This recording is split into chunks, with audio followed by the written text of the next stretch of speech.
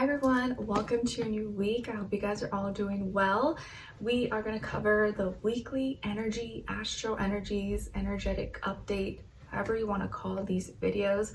I know last week I said that I was going to discontinue doing these, but I changed my mind. I think I'm going to still do them just because it helps me stay organized and I like doing it anyways. This is stuff that I do regardless if I'm filming it or not, and the very few of you that do watch these, I guess you can still enjoy. And maybe in the future I may make these like members only, or temporarily leave it up for the public and then make it members only.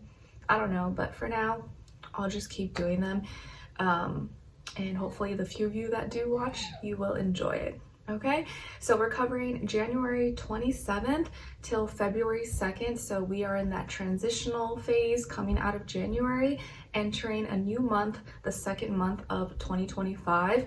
And we're definitely in Aquarius season now. And although February usually is a very kind of short, quick month, there's a lot of intense energies, and I feel like February and basically the end of January is kind of like the start of like change, massive change that we're all going to be seeing on a global level in your personal life and all around us. Okay, so on the 27th, so I believe this is Monday, starting the 27th of January, we have Mercury now entering Aquarius.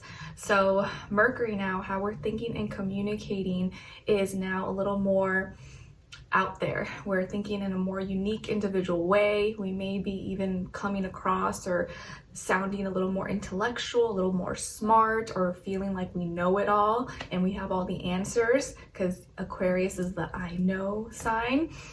Maybe even disconnecting, disassociating from certain people, places, things, ideologies, and now associating with more like-minded individuals or people, places, things that resonate with you, have the same mentality, have similar perspectives, or people that you view as like intellectual, smart, or out there, you know, not the mainstream, and more attracted to or thinking more outside the box, where you don't want to just follow the crowd. You don't want to just do what everyone is doing. You want to be more unique. You want to be more individual. And so your thought patterns and how you're communicating, or maybe even conversations you're seeing, hearing from other people, will be a little more out there. Maybe even thinking more about like technology, social media, and new innovations, and stuff like that.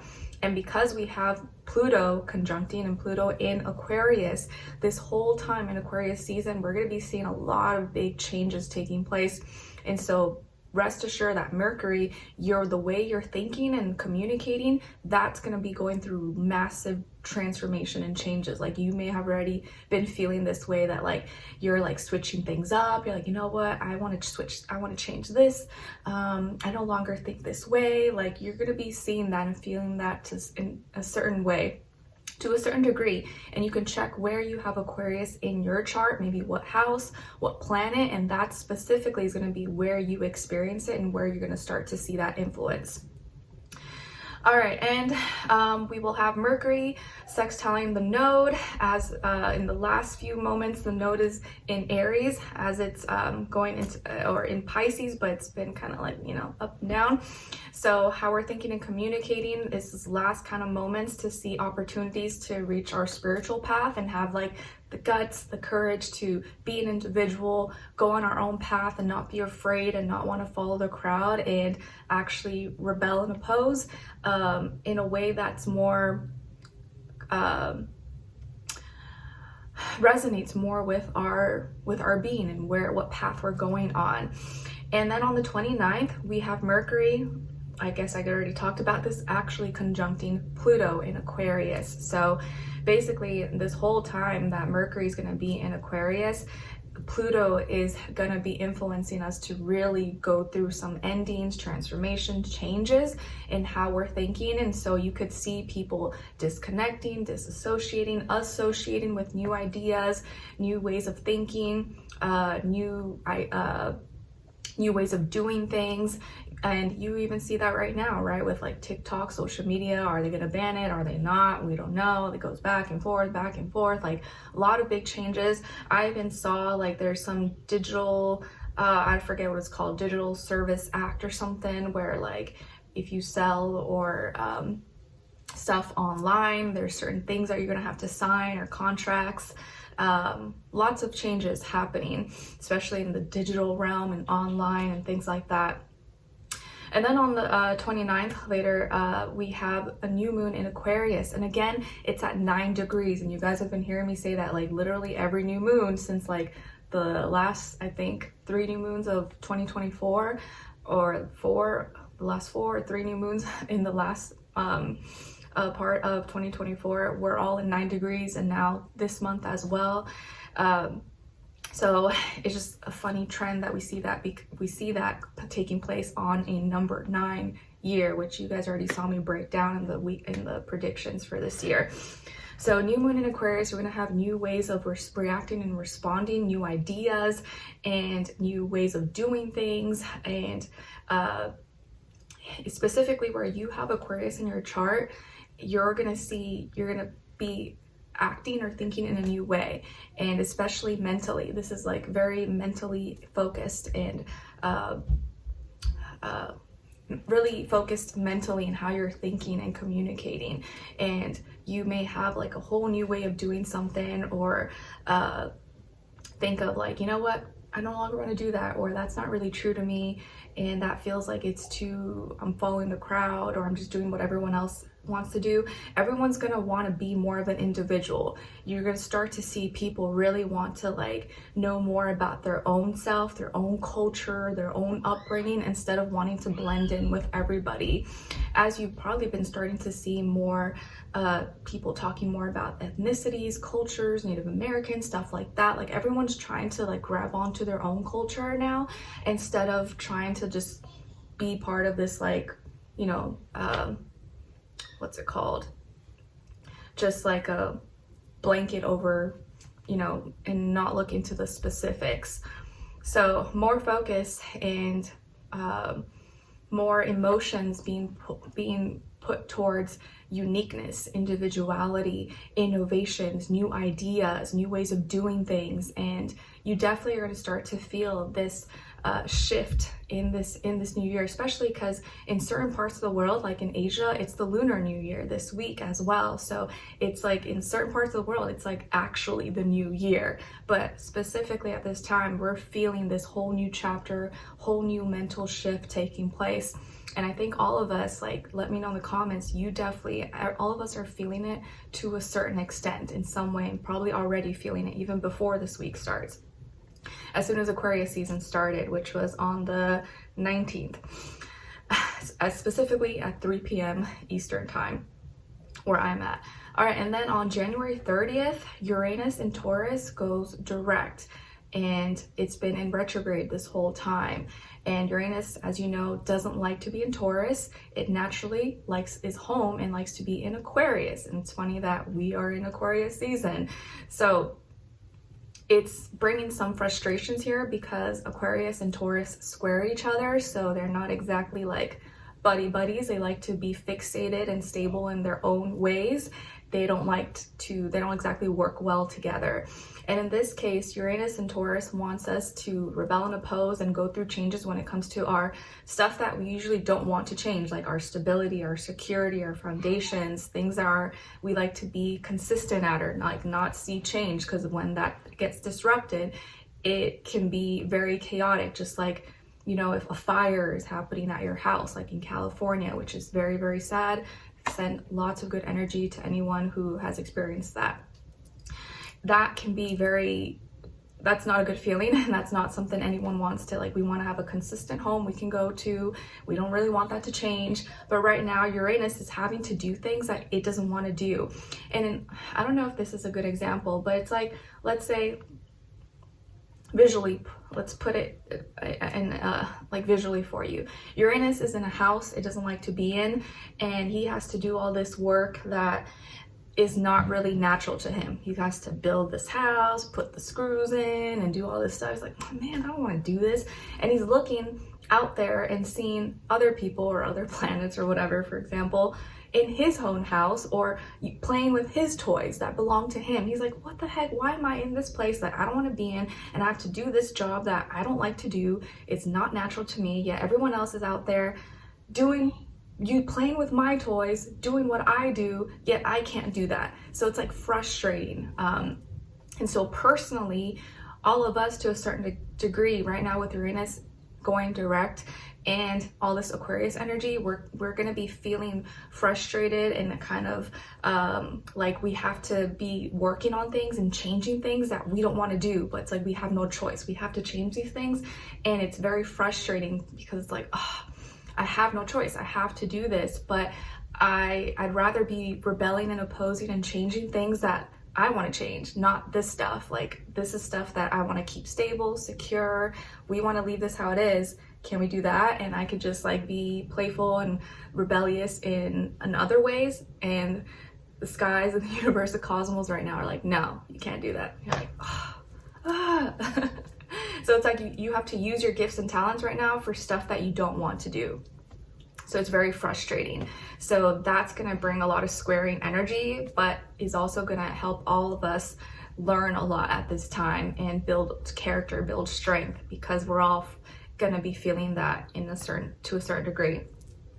Then later that day, that evening, we have the sun in Aquarius trining Jupiter. That's in Gemini, and Jupiter, as you already know, is debilitated, does not do well in Gemini, and it's in retrograde, so that doesn't make it any better. Although February 4th, I believe, early February, Jupiter will go direct, which is like a less worse position, but it's not that much better. It's still not a good position. So towards the end of the month, January 30th, the sun, Aquarius, our actions and what we're doing, how we're acting out, has gifts to help us gain experience or experience some past stuff, act out or experience past things that we may have thought was wise, we may have thought was a smart thing to do. So it's actually a little bit tricky here because we may be thinking because it's coming a little bit easier that day, that we're doing something that is smart and wise, but really it's just a repeat of the past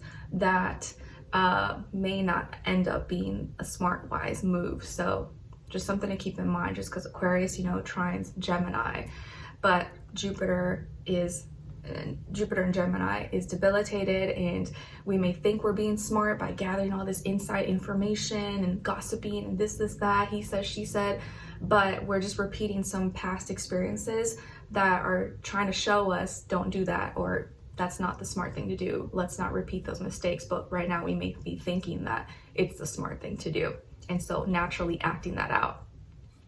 So there's something to keep in mind.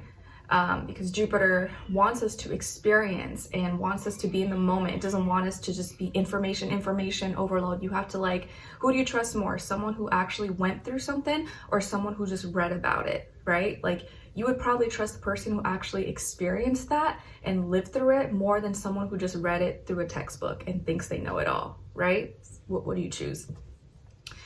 Okay, and now entering February 1st, we have Venus conjuncting Neptune, because Venus is in Pisces and Neptune is in Pisces. So this is a very powerful day. It can be very powerful creativity, imagination, dreams, but it can also be a very powerful day for delusions and fantasy, la la land that maybe is not so real or not as realistic. But we also have Saturn in Pisces, which kind of helps bring us back into reality.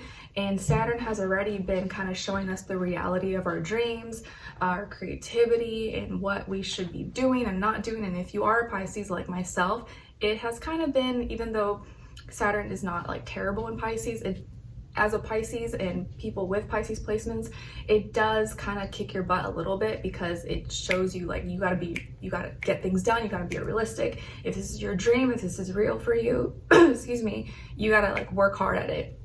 You can't just be like wishing and hoping and praying that's just gonna happen. So on this day, February 1st, Venus, what we love, who we love, how we love, is very aligned with our dreams, our creativity. So we could really be super creative, imaginative, and what we love can become a dream. What we dream about can be exactly what we love, and we can make it happen. Or it could be a great delusion, and like we can be thinking something is there and it's not. But I do feel like we're getting helped by Saturn here, so it could be a very powerful, positive thing for many of us, especially with love, creativity, romance, or your art, your imaginations, your dreams. You could really see it, like actually visualize it and be able to speak it and connect with the Pisces energy really strongly at this time. And then February 3rd, we will have Mercury trining Jupiter. So how we're thinking and communicating in Aquarius has the gift to help us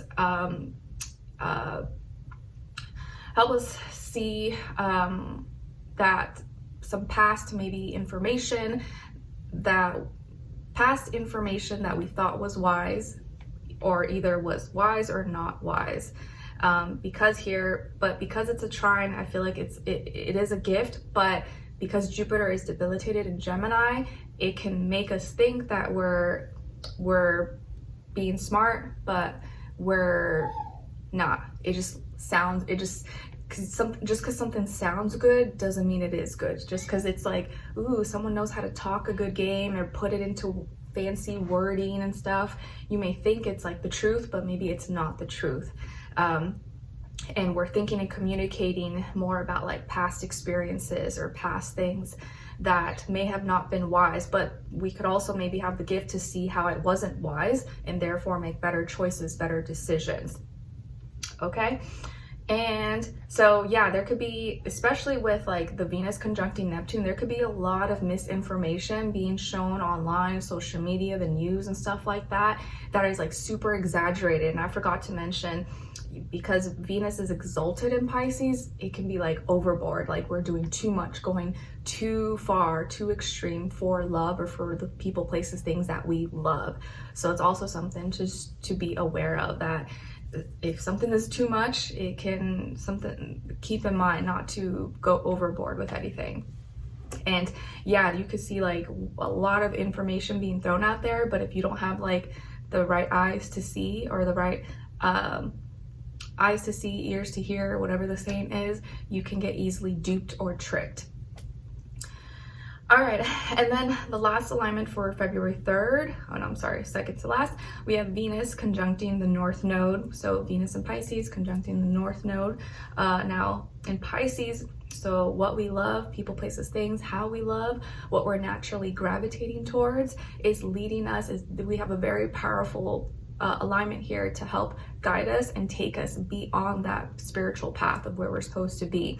So if you've been scared or been feeling like you have been shifting away from your dreams, your creativity, your imagination, or showing more love, compassion towards yourself and others, this will be a very easier time for you to do this. You'll feel more courage. You'll feel like it'll flow. It'll just be easier to do it. So I think that's actually a very powerful energy here. And especially because we still have Saturn in Pisces, it's helping kind of not let Pisces go too far or be too extreme. Although Venus is developed in Pisces, so it's kind of maybe balances out here. But yes, Venus conjuncting the North Node, a lot of us are going to be seeing very clearly where we need to go, or how, if we're on our spiritual path, and go on it. And I think that's a very powerful and beautiful thing to do, or very beautiful thing. And then lastly, we have Mars squaring Chiron. So Mars in Cancer, where it doesn't like to be, and I think it's still in retrograde. Yes, it's still in retrograde, squaring Chiron in Aries. So our passions, how we act right now, it's been debilitated in Cancer, so we've been kind of demotivated, kind of just want to be at home or be comfortable. We may have stopped caring about certain things that we once cared about. We just like, I don't care about that anymore. Like, I'm not motivated to do that. I don't have the passion for it. I don't feel like it. We're kind of like moodier in our feelings. And now that Mars is squaring Chiron, this is bringing tension, and we're having to learn here how to, our passions and being kind of moody, not wanting to do something, can maybe rub on or bring some learning situations when it comes to our wounds, our inner pain, and when it comes to our individuality, independence, and our our self-image. with Chiron in Aries here. So Mars is not really Mars and Chiron are not really vibing that well here because they're both cardinal signs, but Mars is in water. Cancer goes about cardinal things in a watery way, and Chiron is going about things here in a cardinal fire way, Aries. So fire and water can kind of put each other out. So Mars is a little debilitated here and is making it maybe a little bit hard for Chiron to see or heal from its wounds. Or maybe because we're demotivated and not as passionate, not doing certain things, and Chiron is having to put in a little more work than necessary. All right, so that was kind of long, but hope you guys enjoyed it, and I will see you in your weekly readings. Take care. Bye.